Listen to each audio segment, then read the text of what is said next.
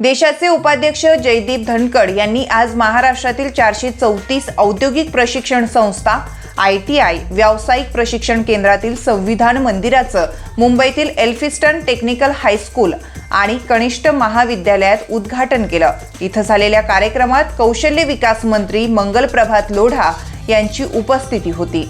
उपाध्यक्ष जयदीप धनखड यांनी संविधान मंदिराचं उद्घाटन केल्यानंतर संबोधन केलं। संविधान हा लोकशाहीचा आत्मा असून संसद ही तिची संरक्षक आहे असं त्यांनी यावेळी म्हटलं।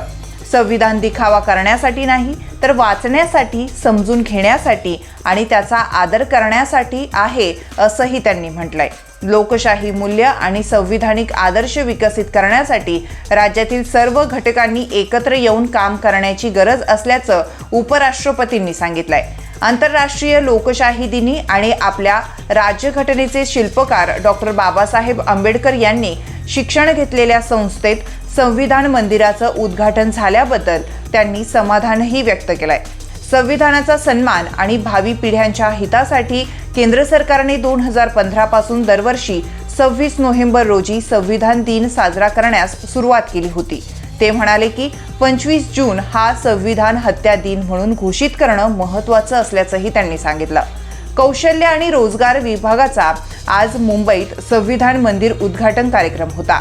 या कार्यक्रमासाठी जोरदार तयारीही करण्यात आली होती, पण ऐनवेळी पाऊस आल्याने आणि पावसामुळे सभा मंडपाला गळती सुरू झाली। पावसाच्या धारा खाली कोसळत असल्याने काहींची गैरसोयही झाली।